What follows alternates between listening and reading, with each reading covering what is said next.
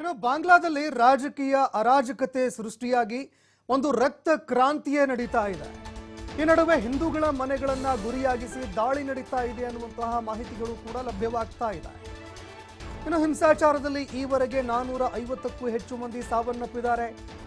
ಹಿಂದೂಗಳ ಮನೆಗಳಿಗೆ ನುಗ್ಗಿ ಮಹಿಳೆಯರ ಮೇಲೆ ಹಲ್ಲೆ ಕೂಡ ಮಾಡಲಾಗ್ತಾ ಇದೆ ಅನ್ನುವಂತಹ ಮಾತುಗಳು ಕೇಳಿಬರ್ತಾ ಇದೆ.